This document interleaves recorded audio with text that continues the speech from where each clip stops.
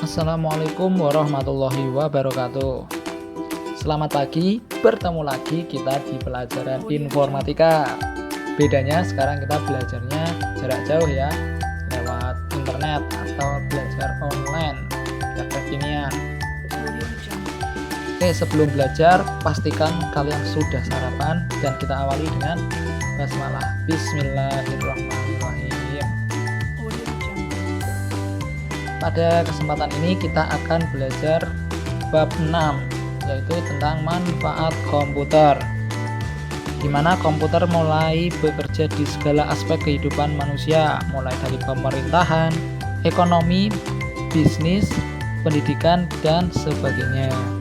Pada umumnya komputer digunakan untuk membantu manusia dalam menyelesaikan masalah, misal dari memasukkan data nilai ulangan kalian, nilai PTS, hingga nilai akhir semester kalian yang selanjutnya diolah atau diproses dan kemudian hasilnya dikeluarkan atau ditampilkan pada rapor kalian.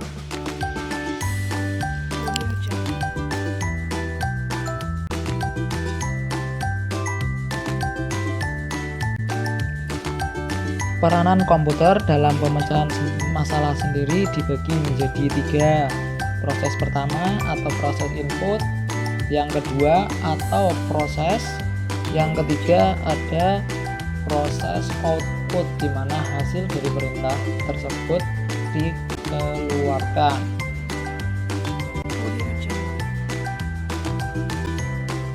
Pada proses pertama adalah proses input, di mana komputer akan menerima perintah yang user masukkan melalui perangkat input, contohnya seperti keyboard dan mouse.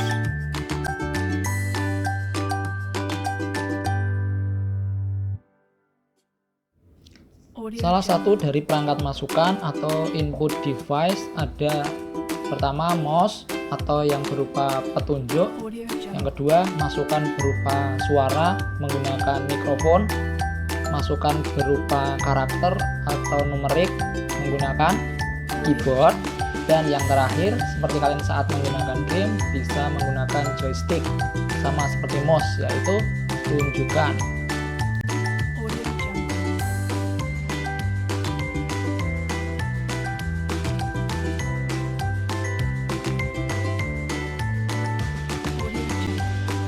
Masuk pada tahap yang kedua atau proses yang kedua, di mana data yang telah atau perintah yang telah dimasukkan tadi diproses.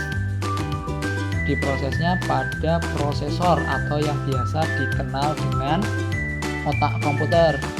Pada bagian otak komputer sendiri atau prosesor tadi dibagi menjadi 3 bagian.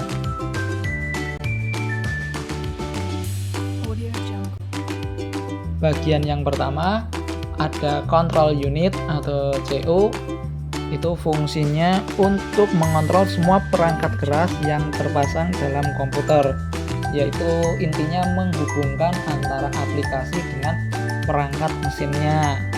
Yang kedua ada ALU atau arithmetic logic unit, yang mengelola semua proses yang berhubungan dengan logika, benar salah, iya tidak, dan pengolahan matematika atau kalkulasi, kalkulator. Itu dihitungnya di arithmetic logic unit. Dan yang terakhir ada memory unit atau MU sebagai unit pendukung, di mana saat komputer menyala, data-data sementara itu disimpan di memory unit.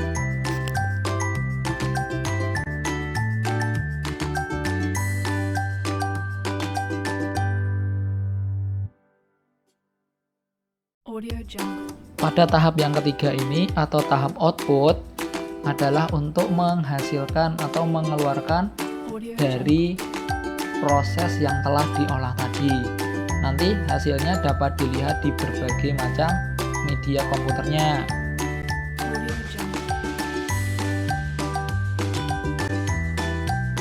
Untuk menampilkannya atau hasil dari outputnya bisa ditampilkan di monitor, yaitu output berupa gambar, atau di proyektor yang lebih besar, ataupun kalau mau dicetak dapat menggunakan perangkat printer atau kalau outputnya berupa suara dapat ditampilkan atau didengarkan menggunakan speaker.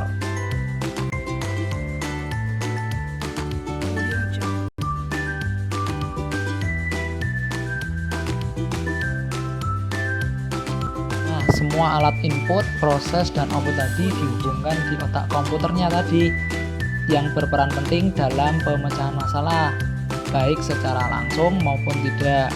Pada bagian mesinnya atau hardware-nya yang secara langsung yaitu ada keyboard, mouse, dan monitor. Yang tak langsungnya contohnya ada mikrofilm. Kalau tidak tahu mikrofilm, boleh nanti di searching mikrofilm itu apa. Untuk softwarenya atau aplikasi yang secara langsung yaitu aplikasi buatan seperti aplikasi bisnis dan industri. Yang tidak langsung yaitu aplikasi seperti bawaan Office, misalnya Excel, Word, dan PowerPoint. Oke, pada kesimpulan pada belajar yang singkat ini, kesimpulan yang bisa kita ambil adalah dari 3 proses tadi. Yang pertama, proses input, di mana user memberikan perintah melalui perangkat inputan. Setelah itu diproses sesuai kebutuhannya, mau bisa di ALU ataupun di CO, dan disimpan sementara di MO. Nah, setelah selesai diproses, hasil dari perintah tadi dapat ditampilkan di speaker, monitor, proyektor, ataupun kalau mau dicetak dapat dicetak menggunakan printer.